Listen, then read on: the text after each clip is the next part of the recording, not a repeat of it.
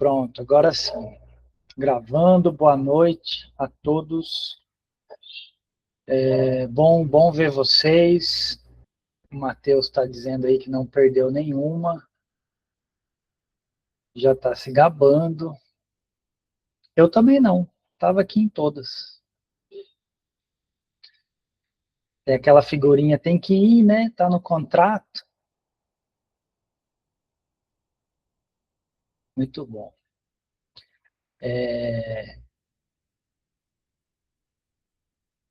Aline, boa noite para quem eu não dei boa noite pessoalmente. E vamos lá, vamos conversar. É, eu acho que todo mundo que está aqui já participou de alguma reunião, eu tenho essa impressão, mas a gente segue na mesma dinâmica, né? Eu vou fazer um comentário breve aqui que eu queria começar falando e, e quero ouvir vocês, quero que vocês falem, que vocês comentem as respostas dos colegas, que seja uma coisa bem livre e dialogada mesmo, tá? Enfim, qualquer coisa, levantem a mãozinha, essa mão aqui. Ué, cadê meu mouse? Ô, gente, não travei para vocês não, né? Ah, agora sim. Meu mouse. Aí, qualquer dúvida ou para falar, levanta essa mãozinha aqui e aí eu vou chamando vocês na ordem e vou abrindo espaço, a gente vai interagindo também. Tá bom? Eu só queria começar dizendo que esse é o nosso encontro para falar do terceiro capítulo, né? Deixa eu abrir aqui. Terceiro capítulo, Estudos Bíblicos e Teologia como culturas de leitura polarizadas, o estado da questão. Eu achei até aqui, eu achei esse o capítulo mais didático dele. Achei bastante objetivo, bastante claro. Não sei se porque é um tema, ou pelo menos assim, pensando na argumentação que ele traz, eu, talvez por estar um pouco mais acostumado, eu senti ele muito didático, muito objetivo aqui. Não sei se vocês sentiram a mesma coisa, ou sentiram exatamente o contrário, acharam confuso, acharam difícil. Assim, denso né? Denso tem sido, e não que não seja uma leitura exigente, mas eu achei ele didático aqui nesse momento. Enfim, quero ouvi-los. Quem quer começar falando? Gente, como ninguém está com a mão levantada, duas coisas, duas perguntas, que isso acho que serve para qualquer leitura que a gente vai fazer. Quando a gente vai fazer uma resenha, por exemplo, ou mesmo um resumo, ou a gente está lendo um livro qualquer e está realmente interessado naquele assunto, duas questões precisam sempre nortear o nosso pensamento para a gente entender aquele capítulo, que são o problema com o qual ele está lidando e o argumento que ele traz para resolver esse problema. Normalmente, livros assim como esse do Van Hooser, eles são muito, não vou dizer claros nisso, mas eles se propõem a isso.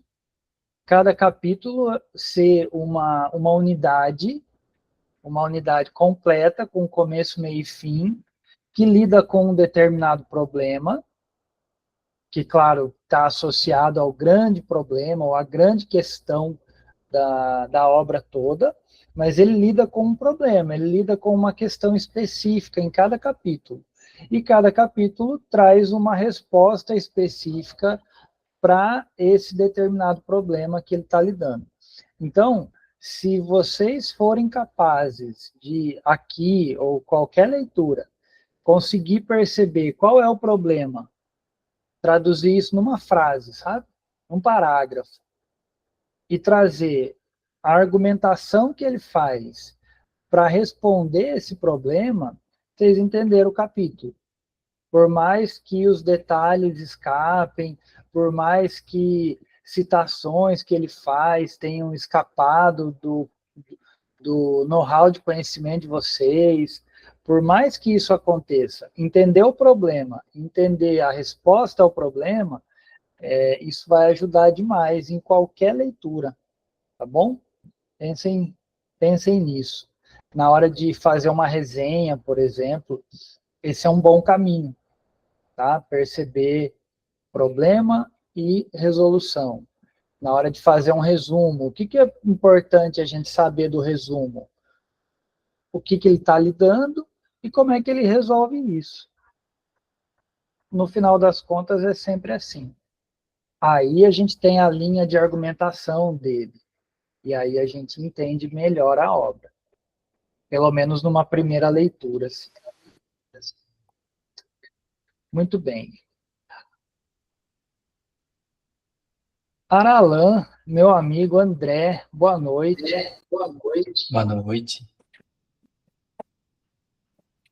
E aí, eu gostaria de ouvi-los agora. Será que alguém consegue falar para a gente qual é o problema que o Van Hooser lida nesse capítulo?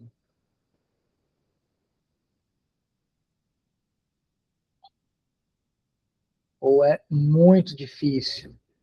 Hein, Fernanda? Me ajuda.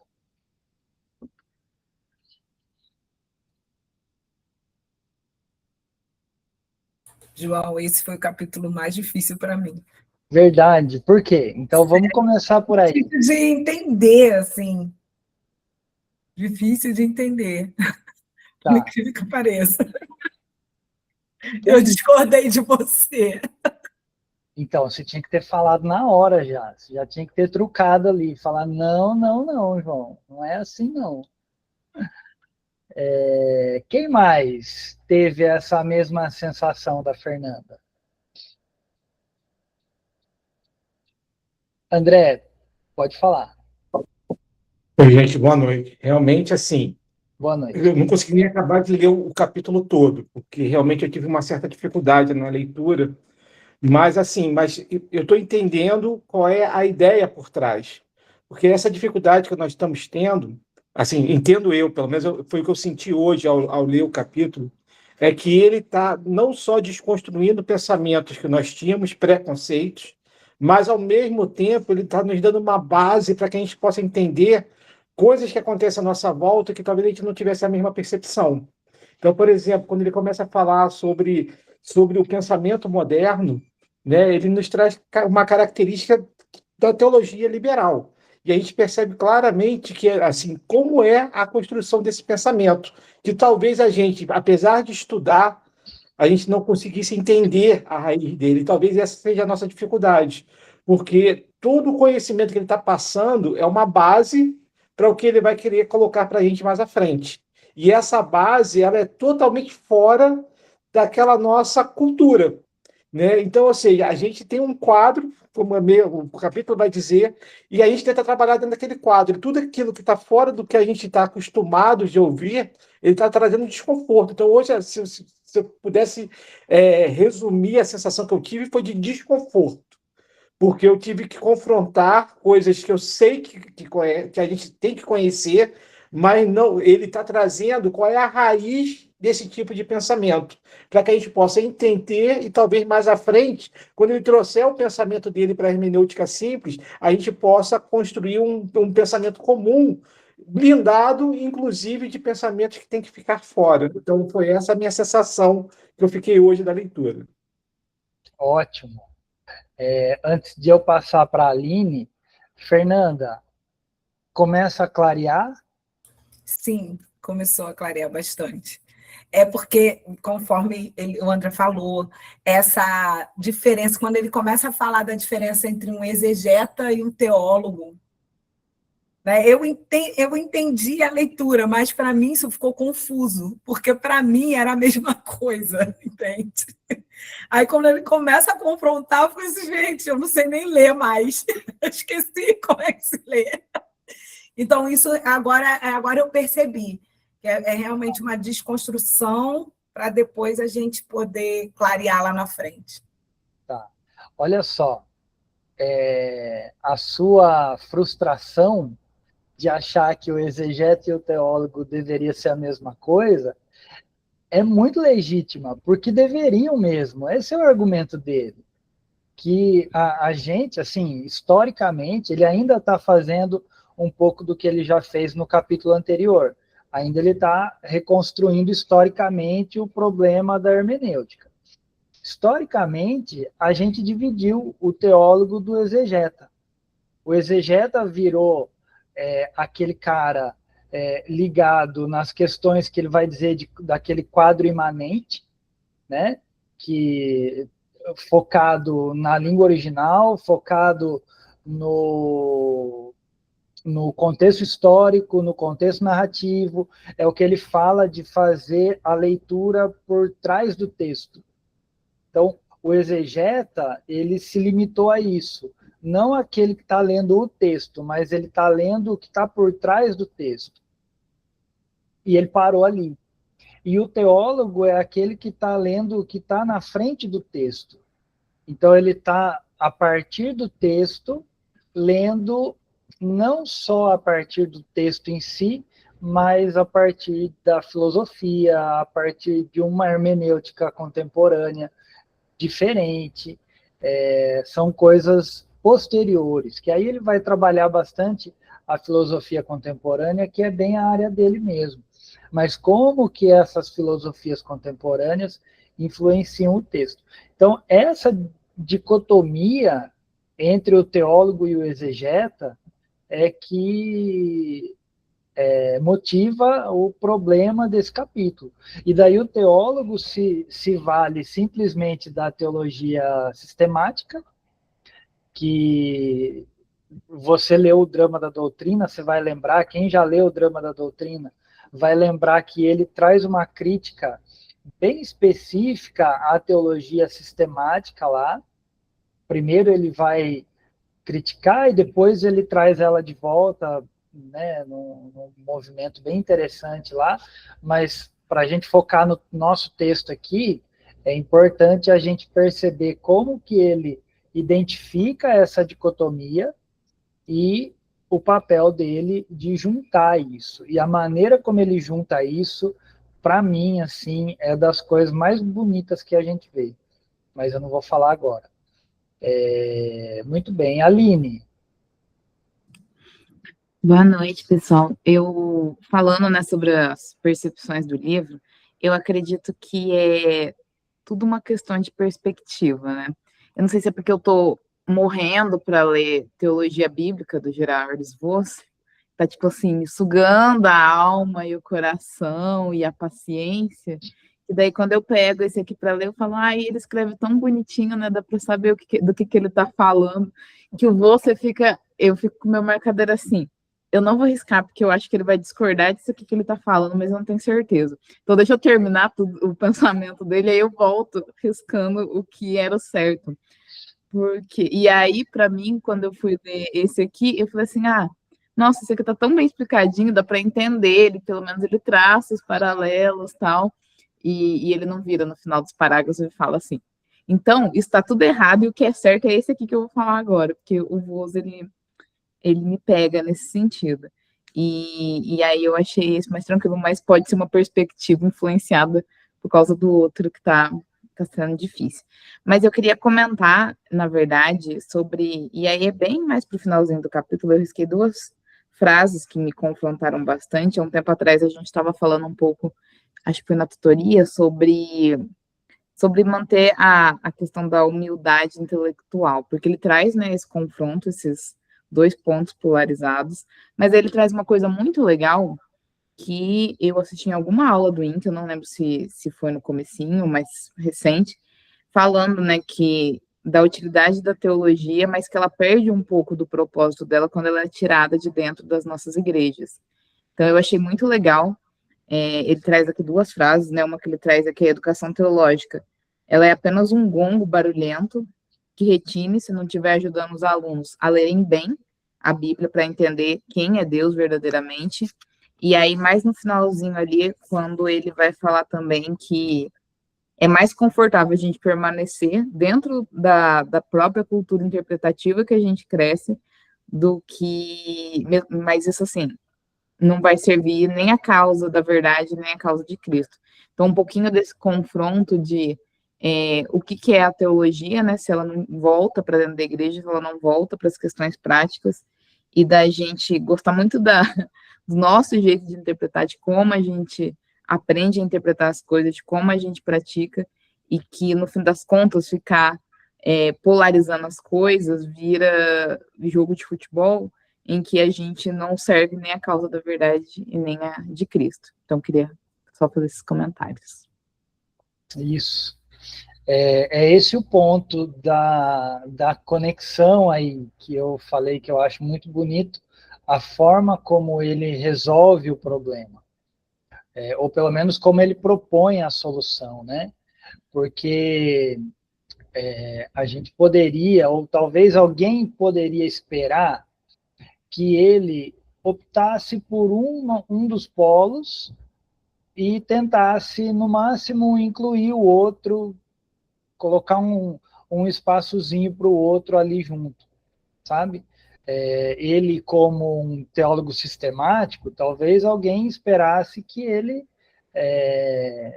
optasse pela função da teologia e trouxesse ou tentasse resgatar a exegese de algum possível liberalismo e trazer isso para dentro da teologia de novo.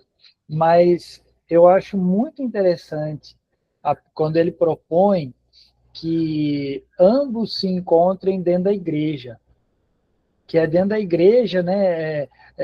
Porque no final das contas, o propósito da teologia para ele, o propósito da própria hermenêutica, é conhecer e amar a Deus. Simples assim. Se esse é o propósito da teologia, então aonde que a gente faz isso? É no seio da igreja. Não é na academia, não é na leitura teológica, não é na atividade exegética. Isso são ferramentas que, dentro da igreja, proporcionam para nós a oportunidade de conhecer mais a Deus e amar mais a Deus. Então, esse é o ponto que eu acho muito legal. Assim, legal. Legal, é bonito, é diferente, né, pouco óbvio, ou talvez tão óbvio que a gente se assusta, né? Fala assim, cara, de fato, a teologia é para a igreja, não para outros lugares. E enquanto a gente fica tentando resolver essas dicotomias em outros ambientes, a gente só aumenta a polarização. Porque aí a gente cai num quadro imanente, né, onde a autoria divina do texto bíblico, por exemplo, não importa, onde o uso de determinadas visões de mundo concorrentes à fé, ideologias ou mesmo idolatrias, acabam ditando a forma como a gente lê o texto bíblico. Mas quando a gente vai para a igreja, nada disso funciona. Não dá para pregar, né? Até dá, mas como é que a gente leva o evangelho fragmentado assim para dentro das igrejas? Então, quando a gente está na igreja, aí a conversa muda. E isso é muito bom. E tá vendo como é bom ler o Guerra dos Voos? Cria músculo. Sim, e eu diria, João, que nem é uma questão de a resposta de voltar para a igreja ser óbvia. Eu também esperava que ele ia acabar puxando para um lado e incluindo o outro. Mas eu acho que é uma coisa simples. Quando você vem de um estudo em que ele vai separando, você acha que ele vai dar um desfecho assim, arrebatador, e ele volta para uma coisa muito bonita, muito real e muito simples, que é vamos voltar para dentro das nossas igrejas e construir ele dentro, com as pessoas. Então, eu também gosto da beleza de, nossa, é um negócio super intelectualizante, mas aí ele volta para algo do cotidiano, do simples, do ordinário humano. Então, é muito legal. A ideia do pastor como mestre, né? E não do teólogo profissional. Isso muda muito. O que mais? Tinha mais alguém com a mão levantada que eu acho que abaixou, não tinha não? Ou não? Tinha, era eu, mas aí a discussão já contemplou. Muito bom, Daniel. Mas, assim, em relação a essa questão da teologia sistemática, dá até curiosidade de ler a teologia sistemática dele futuramente, né, para ver como é que ele vai lidar com essas questões, né? Sim. Então, eu até acho que eu falei hoje umas 2 ou 3 vezes, né, que ele é um teólogo sistemático. Ele não é exatamente um teólogo bíblico, mas eu percebo em algumas leituras que a gente faz dele, assim, que a dependência dele da teologia bíblica é muito grande.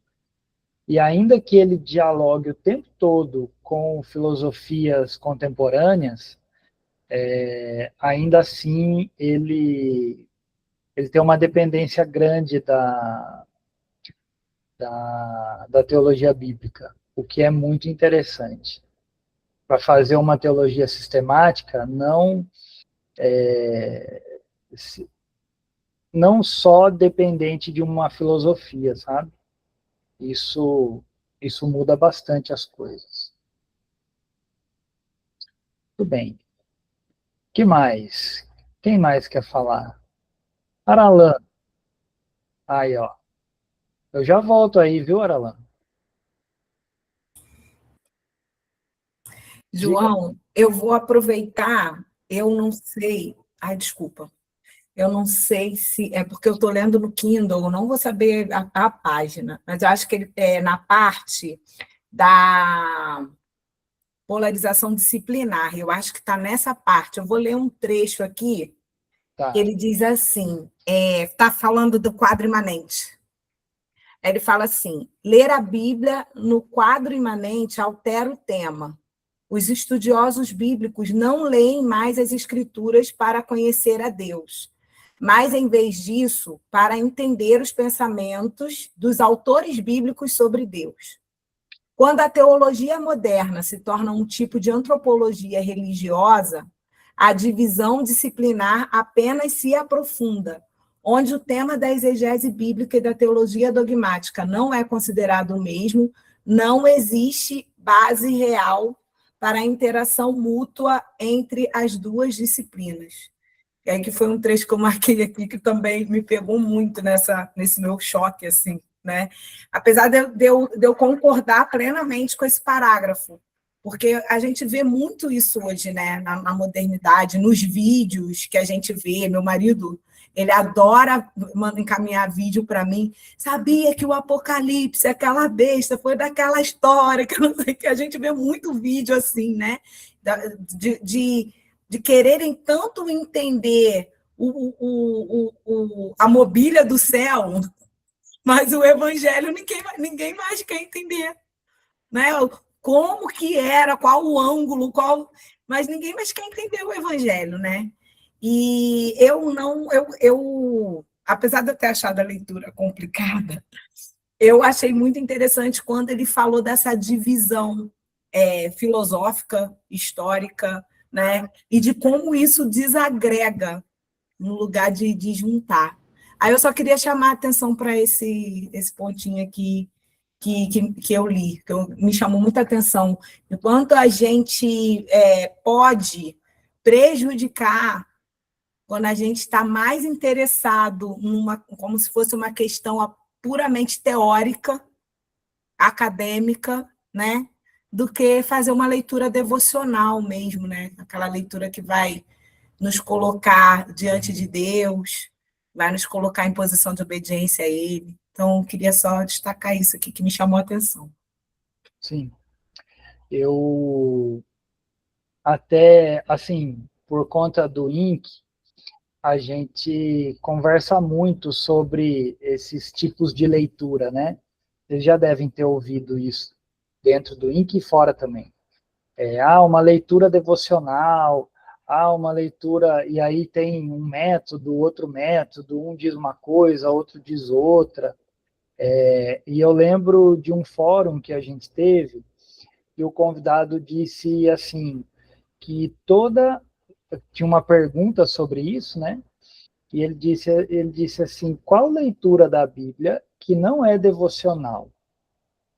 Qualquer leitura da Bíblia que não seja devocional, que o leitor não esteja numa atitude de devoção a Deus, seja aquela leitura de um capítulo a hora que ele acorda, seja a leitura que ele faz para preparar um estudo bíblico, seja a leitura que ele faz para fazer uma pesquisa sobre as duas naturezas de Cristo. Se a atitude dele não for de devoção diante do autor do texto bíblico, então ele está errado. Então ele está fazendo qualquer outra coisa. Eu vejo que essa postura do Van Hooser, que vai percebendo isso e o quanto que isso fragmenta a leitura, sabe? Eu também rabisquei aqui, mas eu não achei. Eu lembrei a hora que você leu, porque eu também grifei essa parte do mais interessado em saber o que o autor bíblico pensava do que, de fato, o que ele disse. Então, não é que a gente despreza o que ele pensava. A gente está interessado em saber a motivação da escrita, o público-alvo, quando foi escrito. Isso faz muita diferença para nós. Obrigado, André. Faz muita diferença se o texto foi escrito, por exemplo, se Isaías foi escrito 700 anos antes de Cristo, ou se foi escrito lá no período interbíblico ali, no judaísmo do Segundo Templo. Faz diferença para a gente. É importante a gente saber. Mas depois, me lembra um pouquinho o Doivert, sabe? A gente quebra o texto para fazer uma leitura analítica, mas a gente precisa juntar ele de novo. Senão, a gente fica só com fragmentos, só com partes, pedaços do texto. A gente vai fazer o que com isso? A gente faz boas teses, escreve boas dissertações, mas o conhecer e amar a Deus, a gente ainda não chegou nesse ponto, que é o objetivo principal da revelação. E não satisfazer a curiosidade, enfim. Que às vezes é só isso. É o que eu sinto nesses vídeos, né? Tem sempre aquele gatilho inicial, assim, de 3 segundos. Você entendeu errado a besta do Apocalipse. Você fala, opa, peraí, quero ver isso aqui. Aí você vai assistir pelo menos mais uns 30 segundos. Então é muito mais pela curiosidade do que, de fato, a nossa atitude devocional diante do texto. Muito bom, Fernanda. Otiniel. Outra coisa também, que pelo menos eu acho interessante pontuar, é que um dos fatores que, pelo menos nesse período, né, que é o da modernidade, que ele vem trazendo essa polarização desde o capítulo anterior, um dos fatores que contribuiu para que essa polaridade ela fosse mais acentuada, principalmente entre a teologia sistemática e a teologia bíblica, foi justamente o advento da ciência moderna, né, que levou a essa busca pela objetividade, a sistematização, a neutralidade. Então, nesse sentido, alguns autores, eles passaram a ler a Bíblia, não a partir da Bíblia, mas a partir das teorias que vinham de fora, né, para com a Bíblia. E aí isso acaba contribuindo para esse distanciamento ainda maior, né? E que serve de reflexão para nós também, né? Como é que nós fazemos nossa leitura, né? Como é que é a nossa cultura de leitura nesse sentido. Isso. A gente, até numa tentativa de manter a teologia relevante, né, diante da ciência. Então, a gente começou isso, talvez principalmente ali no século XIX, na tentativa de manter a teologia relevante, a gente começou a usar método científico para fazer teologia também. E aí, a gente pesou mais a mão ainda nessa fragmentação aí. Muito bem. Aralan, e aí? Eu não estou te ouvindo. A Aralan dando golpe. Não. Ele está testando se alguém tem um dom de interpretação. Não é o meu caso agora. E agora, me ouve? Perfeitamente. Muito bem. Eu preciso pedir desculpas, perdão aos colegas, porque eu não li até o capítulo 3. Eu estou na introdução, ainda na página 44. Pretendo alcançá-los em algum momento, mas eu queria apenas comentar, João. Você já leu Gileade, João? Gileade do... Esse aqui, ó, da Não, Mary Ann Robinson. Não. Livro preferido do Emílio Garofalo, né? Em algum momento você lê, então, porque você poder conversar com o Emílio quando você encontrar ele, você lê esse aí. Eu estou nesse momento, precisamente nesse momento, conversando com um amigo, pastor, que eu presenteei com o Gileade, certo?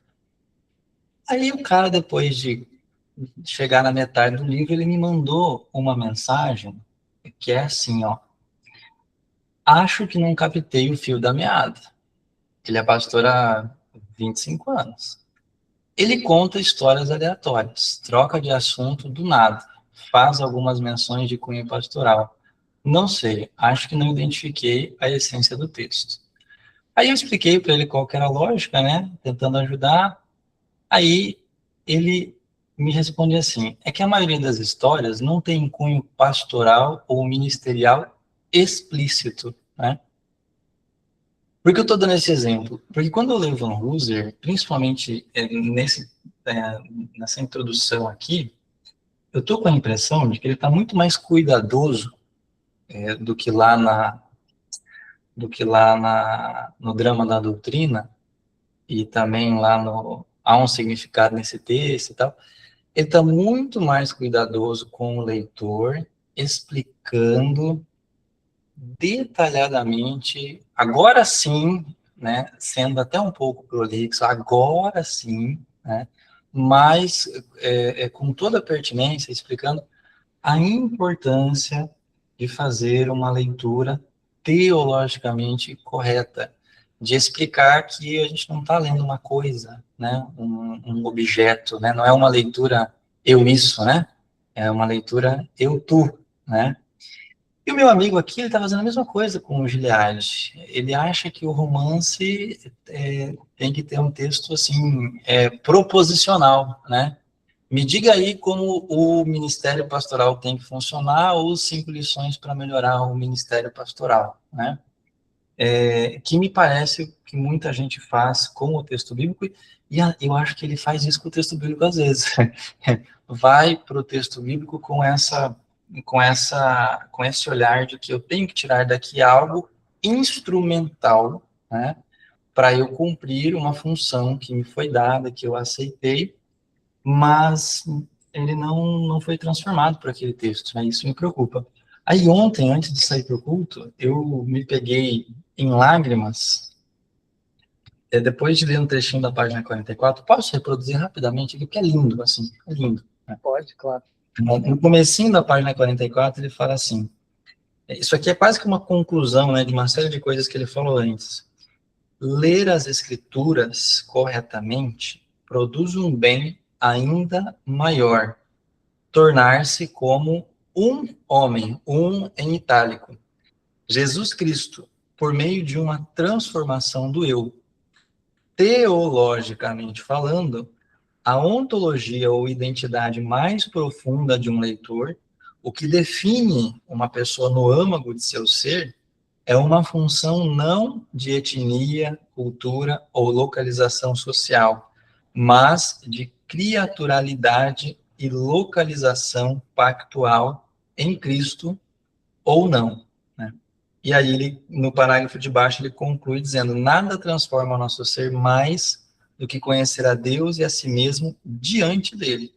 É precisamente para isso que serve, em última análise, a leitura teológica da Bíblia. Né? Fantástico, né? Fantástico. Quantos de nós, às vezes a gente vai para o texto de maneira instrumental, né? Sem a perspectiva de que nós estamos, por meio da leitura teológica da Bíblia, nos transformando num tipo de gente, né? Sendo transformados em um tipo de gente. Né? Acho que essa perspectiva, ela muda radicalmente o modo como eu compartilho a palavra. Primeiro, o modo como eu leio, depois, o modo como eu exponho, né? E, no fim das contas, o modo como eu sinalizo o reino, teologicamente falando. Então, estou gostando bastante da leitura, porque aqui ele está muito cuidadoso com isso, assim, eu acho que faz bastante diferença. Sim. Alan, muito legal. Muito bom. Eu acho que esse termo que você usou aí é muito preciso, sabe? De fazer uma leitura instrumental da Bíblia.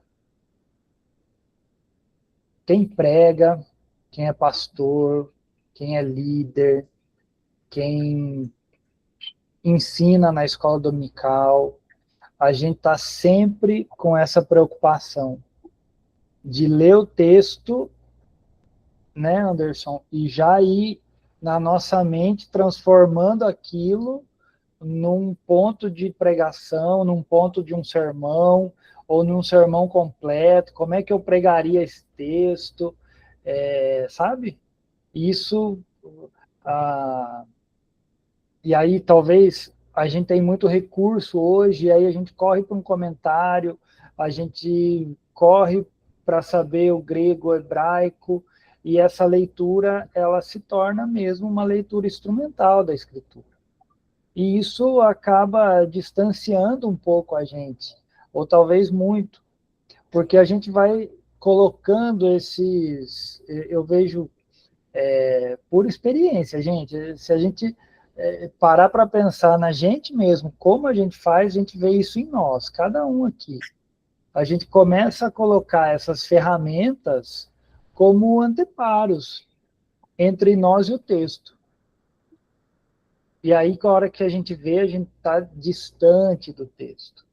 A gente criou um monte de barreiras, e aí a gente sabe muita coisa. Às vezes a gente brinca, né, assim, aqui no presbitério eu participo de exame de seleção de candidato, e aí a gente vê sermão de prova, por exemplo, o seminarista, ele é muito bom fazendo exegese. Aí ele transforma a exegese na pregação, sabe? Aí a gente percebe isso. E você sabe que é uma questão de prática. Ele está há 4 anos fazendo exegese todo semestre, todo bimestre, e aí na hora que ele vai pregar, ele pega aquela exegese e coloca numa linguagem de pregação e leva para o púlpito. A gente faz isso, a gente tem a tendência de fazer isso. E aí, já que você citou o Emílio, eu não sei se eu citei isso já aqui, se eu já citei, eu vou citar de novo, porque me marcou demais. Mas numa conversa com o Emílio, falando sobre inteligência artificial na preparação de sermão. Aí ele disse algo muito interessante. Ele falou assim, olha, provavelmente a IA faça um trabalho de esboço muito melhor que todos nós aqui. Muito provavelmente ela vai fazer. Se não está fazendo, vai fazer. Mas se o texto bíblico não fere o pregador antes de ferir a congregação, então não vai adiantar nada.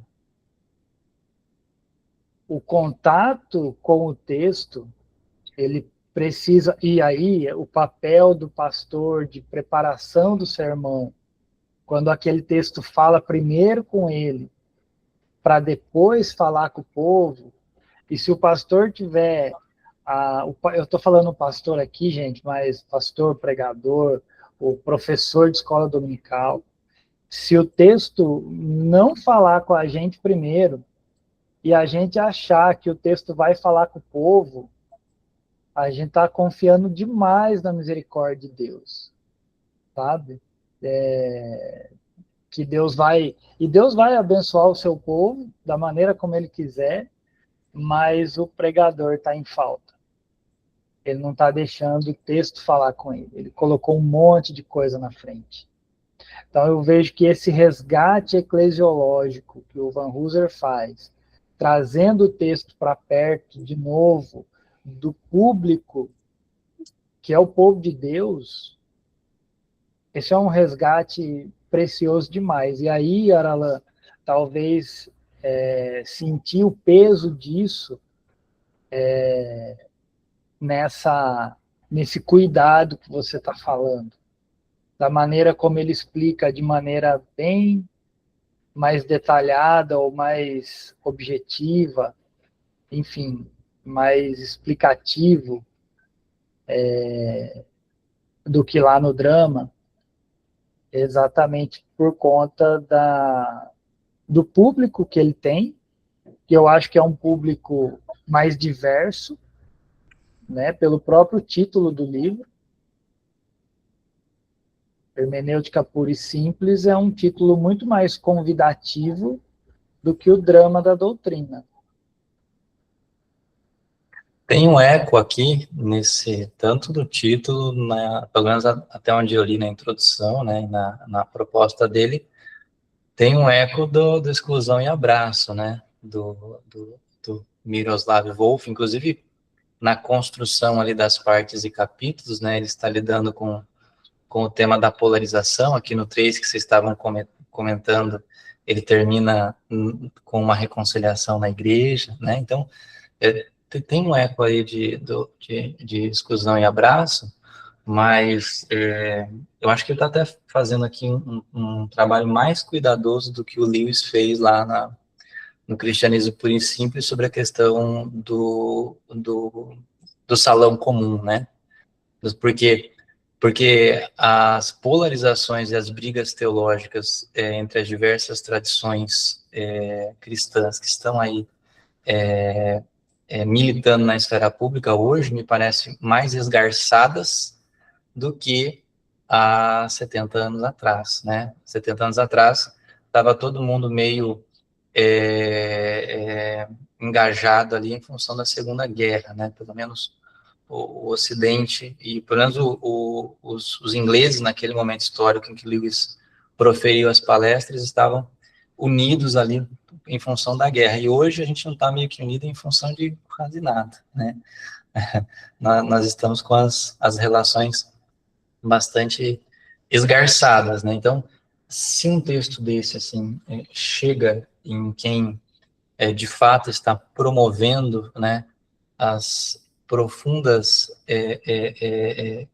os conflitos, e tem gente militando especificamente para isso, né? Eu acho que ajuda bastante, sabe? Eu acho que é um grande serviço prestado, assim, para a igreja, esse tipo de proposta teológica. Muito bom. Muito bem. Gente, só para pegar um gancho, no comecinho da fala do Aralan, quando ele se desculpou por não estar no terceiro capítulo da leitura, eu quero incentivá-los, tá? E continuem lendo no ritmo de vocês e que continuem participando dos encontros, tá bom? E se for o caso de retomar questões de capítulos anteriores, também fiquem à vontade para isso, tá bom? Acho que faz parte, e até pensando daqui para frente, assim, a gente já caminhou um pouquinho, é claro que a argumentação ela continua, não são artigos isolados, é uma obra completa. Então é normal a gente precisar voltar, e isso é muito enriquecedor, com certeza. Tudo bem. Quem mais gostaria? Andressa. Ó, foi salva pelo Jonatas. Depois eu volto aí. Jonatas, e aí? E aí, boa noite. Boa noite. Cumprimentei anteriormente. Eu queria aproveitar para fazer uma consideração breve, que o que mais me chamou a atenção foi já trazido aí pelos colegas anteriormente. Queria eu não ter lido nada do capítulo 3 e fazer considerações tão pertinentes igual o Aralan aí, né? Acho que queria ter essa capacidade aí também de fazer essas conexões, mas eu achei interessante o que a minha colega de tutoria bíblica, a Aline, falou antes também sobre trouxe uma conexão lá com o Gerardo dos Bois, né? Eu fiquei refletindo sobre um pouco antes no módulo 1 que a gente estudou lá o Greidanos, o Edmund Clown, e a gente passou um pouco sobre essa questão da interpretação bíblica, e lá no início do capítulo 3, o Van Hus, ele traz a questão do embate que existia em relação à interpretação alegórica, né? Então, assim, para quem estava suspeitando disso nos capítulos anteriores, agora ele saiu do armário, passou um pano de vez para a interpretação alegórica. Então, assim, acho que para algumas pessoas que têm um pouco mais de sensibilidade, assim, eu, no meu caso também, que não tinha me aprofundado nisso, às vezes parece até estranho, né? Essa defesa que ele faz da interpretação alegórica, trazendo aspectos positivos, né? Ele fala ali sobre a questão do platonismo cristão, e ele faz até uma provocação, ali acho que é na página 104, deixa eu estar vendo aqui, isso, na página 104, e ali no início ele já trouxe uma provocação que eu fiquei curioso, né, para saber como é que ele ia terminar o capítulo em relação a isso, né, ele pergunta quais quadros de referências nós, que somos modernos, habitamos, nos levando a pensar em interpretações alegóricas como tão estranhas, se não perversas. Então, assim, ele traz essa provocação já para nos colocar como pessoas que possivelmente estão polarizadas, né? Pessoas que têm quadros de referência que levam a lidar com caminhos de interpretação bíblica ali como perversos, né? Como antibíblicos, enfim. E a gente vem de uma visão um pouco mais equilibrada, mas tem uma certa crítica ali, né? Ali no nosso módulo de teoria bíblica em relação à interpretação alegórica. No mínimo, um alerta, assim, né, que tem que tomar devidos cuidados, que é possível, mas é um caminho difícil. Então, assim, é interessante como que até no meio equilibrado, teologicamente, assim, com boas referências, a gente precisa, de fato, dessa atenção para não cair na polarização, não criar espantalhos, né? Eu achei legal também como que ele faz essas associações com a polarização política, acho que ele é meio inevitável, né? Ele trouxe alguns autores ali, muito bom. Logo no início ele cita o Jonathan Haidt ali, eu fiquei já interessado, assim, de ver se ele ia citar outros. E realmente, né, ele faz associações muito diretas com a polarização política, até utiliza esse ferramental teórico ali, específico da política, para essa questão da batalha, né, da polarização da exegese com a teologia, enfim. Então, isso aí me chamou bastante atenção, como que acho que é um caminho infinito, a de eterno que a gente vai ter enquanto estudantes de teologia, que acho que é mais fácil do que a gente imagina, né? A gente entrar num caminho de polarização, de tratar quadros de referências diferentes, assim, como antagônicos, e acho que fica ali um convite para todos nós, né, de estar sempre alicerçados na igreja, como vai ser o que vai nortear ali, vai dar equilíbrio para a nossa vida, para os nossos estudos, de maneira geral, né, como que a gente vai servir melhor a igreja, vai ser estando dentro da igreja propriamente dita, né. Enfim, eu lembro de uma citação, não lembro de quem é o autor, mas eu lembro do Jonas Madureira falando muito isso, sobre como que o seminário, ele atua quase como se um avião, né, que ele pega ali os passageiros e o aluno fica ali 4 anos, enfim, até mais, sobrevoando o solo, né, e depois ele desce. E às vezes, quando ele desce, ele está totalmente desconectado, né, ficou ali na Torre de Marfim, desconectado da igreja. Então, já tem esse estereótipo, assim, né? Então, achei muito bom como que esse capítulo também serve para nós, né? Eu, pelo menos, aplicando, assim, para a minha vida, cuidados que eu preciso ter nesse caminho aí que eu estou iniciando agora de estudos teológicos. Ótimo. Muito bom, Jonatas, muito bom. Que bom que você está conseguindo. Eu lembro lá, antes da gente começar, sua preocupação, se ia dar conta de mais alguma coisa, né? Que bom que você está conseguindo fazer as leituras e participar, fico feliz. Eu só diria uma coisa. Eu até concordo com você que ele passa o pano aqui na interpretação alegórica, mas mais no sentido da provocação. Quando chegar lá na proposição mesmo, quando ele propõe a leitura transfigural, como ele vai chamar, algumas coisas ele vai pontuando melhor, especialmente em relação à interpretação alegórica. O Van Hooser, eu acho que está aí, assim, grande parte da riqueza dele é ser capaz de dialogar com essas escolas que a gente, em um curso de formação, a gente já estabelece logo os rótulos, já coloca cada coisa na sua prateleira e a gente já começa a identificar ali. O Van Hooser faz um trabalho de retomada dessas questões que a gente já pontuou e consegue dialogar com tudo isso, né? Ao mesmo tempo que ele está citando um monte de outras pessoas e autores, como o platonismo cristão, por exemplo. Então, ele vai dialogar com todo esse povo. E por que ele vai dialogar? Porque é importante, porque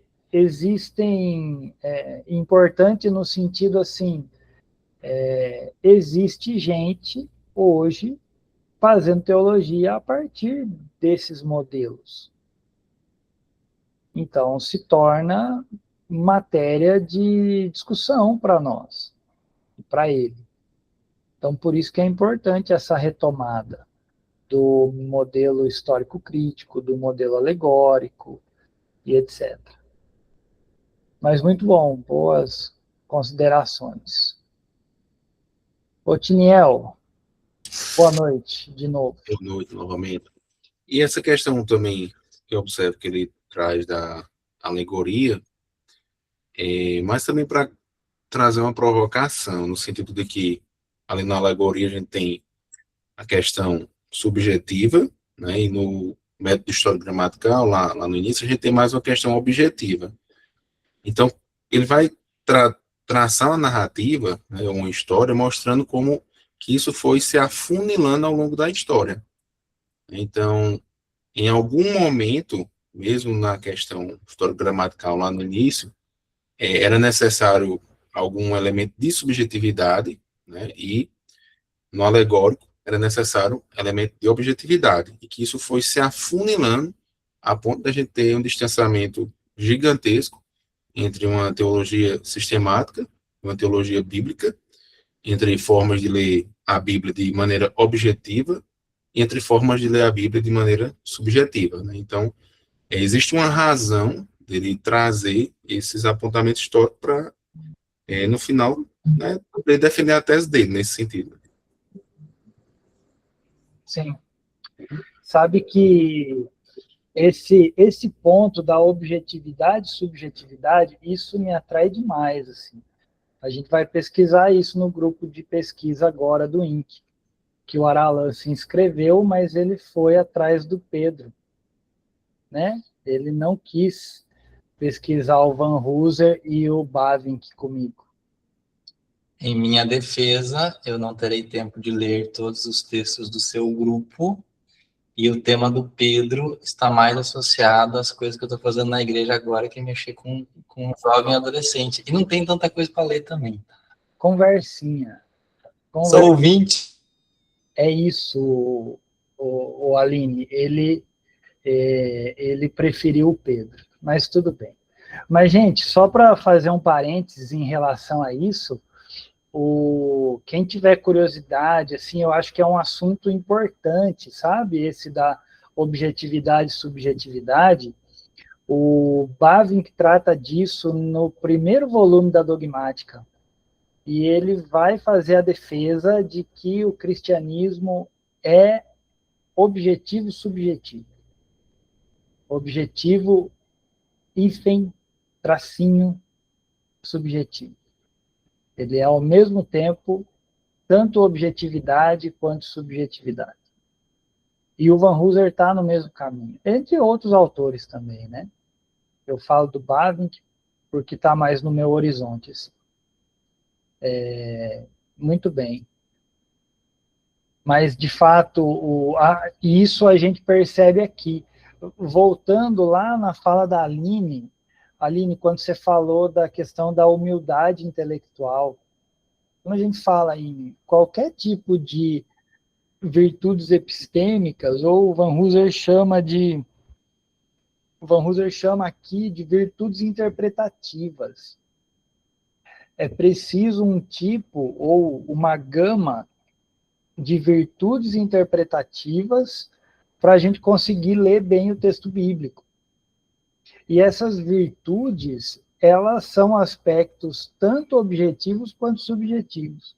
Tanto da objetividade do leitor, que está aplicando uma característica de si mesmo na leitura, quanto uma questão da subjetividade que acolhe o texto para além da leitura fria, mas que consegue penetrar no texto, o que ele vai chamar depois de transfigural.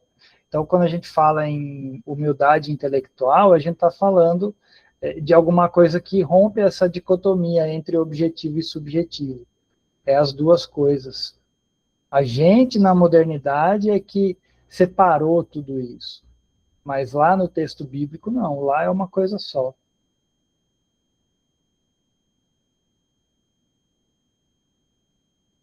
Muito bem. Dá tempo de se inscrever ainda nos grupos de pesquisa até a meia-noite.